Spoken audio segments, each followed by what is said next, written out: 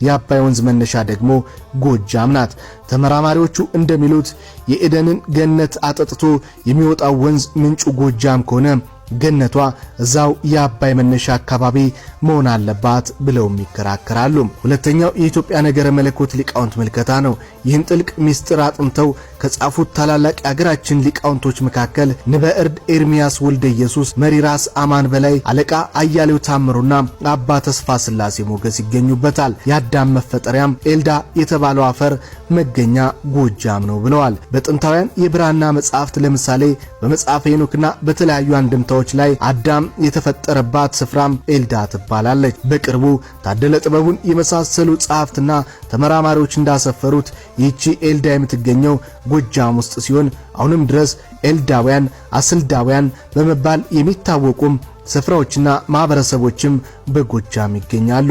አዳም ከዚህ ስውር አፈር ከተፈጠረ በኋላም በ40ኛው ቀን ጊዮን ወይም አባይ ወደሚያጠጣት የኤደን ገነት መግባቱንም ያስረዳሉ። ሶስተኛው የውጭ ተመራማሪዎችና የታሪክ ምሁራን ጥናት ነው። የምዕራባውያን ተመራማሪዎች ኤደንን በኢራቅ ማለትም በጤግሮስና ኤፍራጦስ ወንዞች አካባቢ ለማድረግ ቢሞክሩም የኢራቁ መልክዓ ምድር በመጽሐፍ ቅዱስ ኢትዮጵያን ይከባል ከተባለ ወንዝ ጋር ስለማይገጣጠም ውድቅ እየሆነ መጥቷል። ቴርጂ ኦስቲጋርድ የተሰኘው ኖርዌያዊ የውሃና የሃይማኖት ተመራማሪ በጻፈው ዘ ሪሊጂየስ ናይል በተሰኘው ጥናቱ ላይ አባይ ወይም ጊዮን በኢትዮጵያን ዘንድ ከኤደን ገነት በቀጥታ እንደሚመነጭና ሰማይና ምድርን የሚያገናኝ የገነት ውሃ እንደሆነም በሰፊው አጥንቷል። አፍሮ አሜሪካውያን የታሪክ ምሁራንና ሌሎች ሳይንቲስቶች ኢትዮጵያ የሰው ልጅ መገኛ ክራድል ኦፍ ማንካይንድ መሆኗንም ለምሳሌ የነሉሲ ግኝት ከመጽሐፍ ቅዱሱ ኤደን ገነት ታሪክ ጋርም በቀጥታም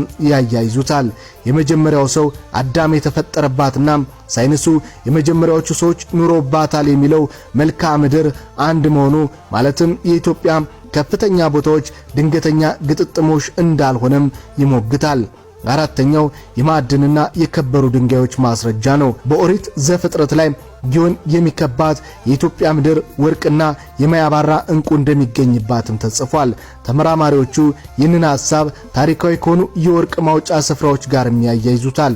በተለይም በጎጃም ምዕራባዊ ጫፍና በቤኒሻንጉል አካባቢ ለምሳሌ ታሪካዊ የፋዞግሊ የወርቅ ማውጫ ከጥንት ጀምሮ እስካሁን ድረስም በወርቅና በከበሩ ማዕድናት የበለጸገ መሆኑ የመጽሐፍ ቅዱሱን መልክዓ ምድራዊ ገለጻም ቃል በቃል ይወክላል። አንዳንዶች ገነት አልጠፋችም፣ አድራሿን በኢትዮጵያ በተለይም በጥንታዊቷ የጎጃም ምድር አድርጋለች በማለትም ይሞግታሉ።